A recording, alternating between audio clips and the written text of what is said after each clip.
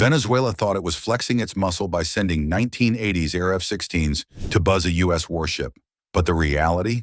Those jets played right into the Navy's hands. The Jason Dunham's Aegis combat system logged every move, every radar pulse, every piece of comms chatter those planes produced.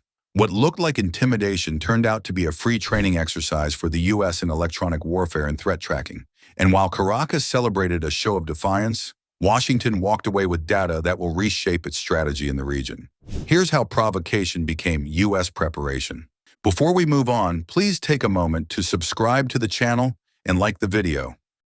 They came screaming barely above the waves, their engines tearing across the Caribbean sky like a challenge no sailor could ignore.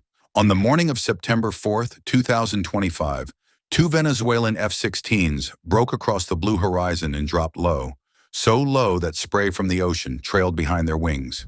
Ahead of them sat the USS Jason Dunham, an American destroyer operating in international waters. The distance narrowed fast.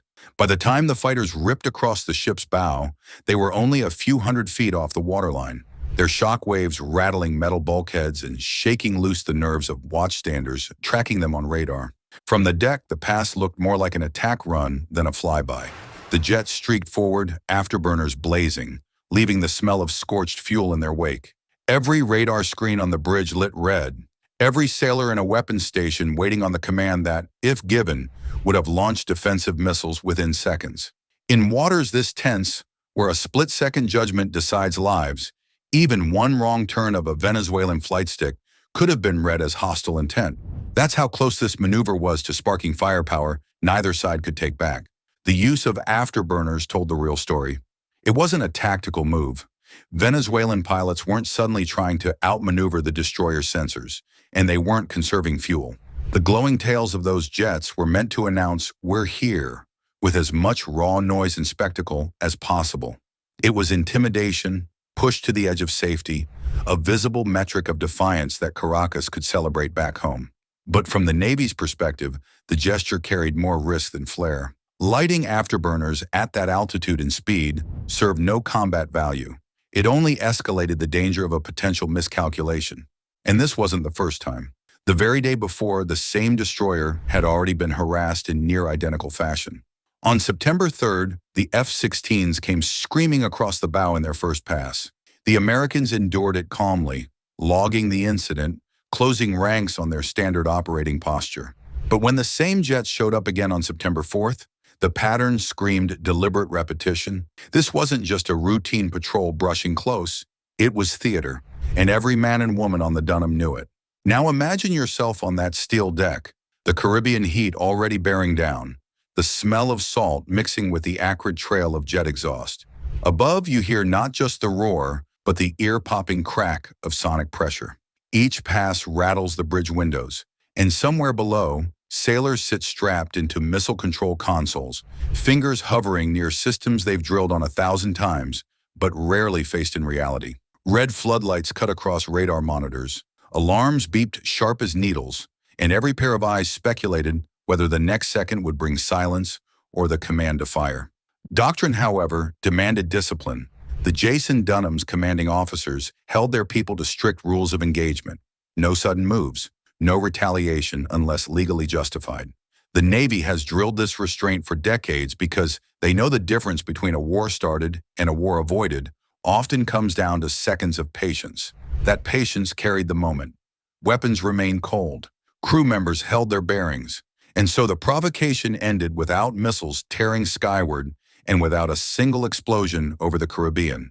But to call that restraint passivity would be misleading. As the Venezuelan pilots staged their noise and fury, the destroyer was quietly preparing.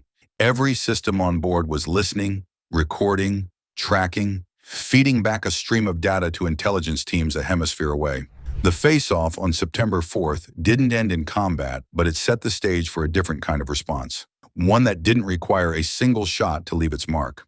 Caracas thought it was showing strength, but instead it gave the U.S. Navy a live fire lab in disguise. Every pass over the Jason Dunham was more than noise and spectacle. While Venezuelan jets blasted through on afterburner, the destroyer's Aegis combat system went to work. Designed at the height of the Cold War to counter waves of enemy aircraft and missiles, The technology has grown into a layered web of sensors that record every detail of what approaches.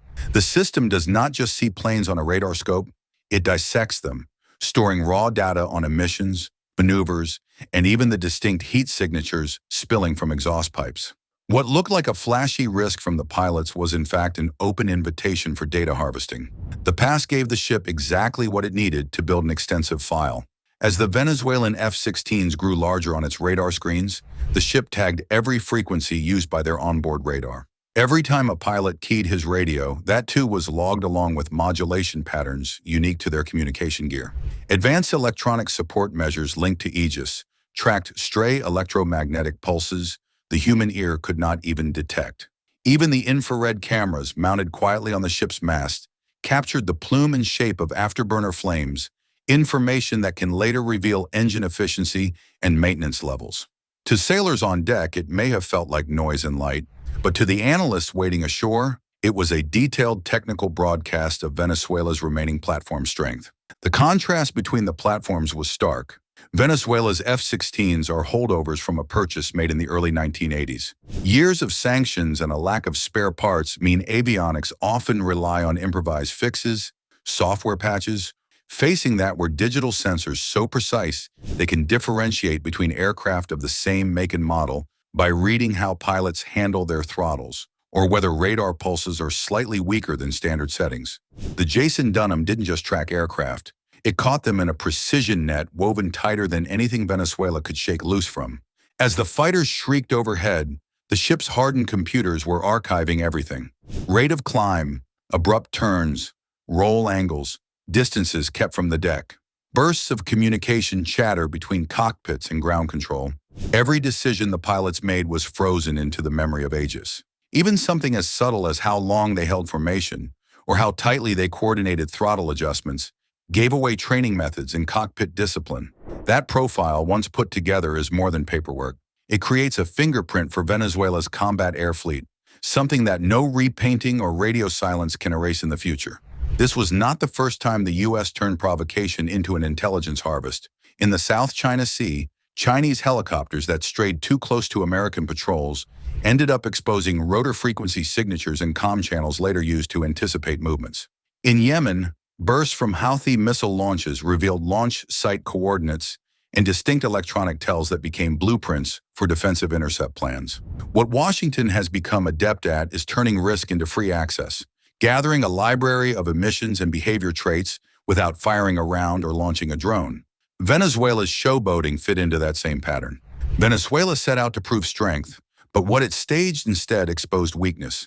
Each low pass across the Jason Dunham gave Washington not fear, but information. The United States emerged from the confrontation holding new intelligence and expanded justification for its presence in the Caribbean, while Venezuela's credibility eroded with every reckless maneuver. Displays meant to inspire pride ended up highlighting the limits of outdated aircraft facing modern systems. In today's conflicts, the louder the display, the clearer the vulnerabilities become. If aging fighters already surrendered so much data, what greater cost could follow the next rash gamble over open water?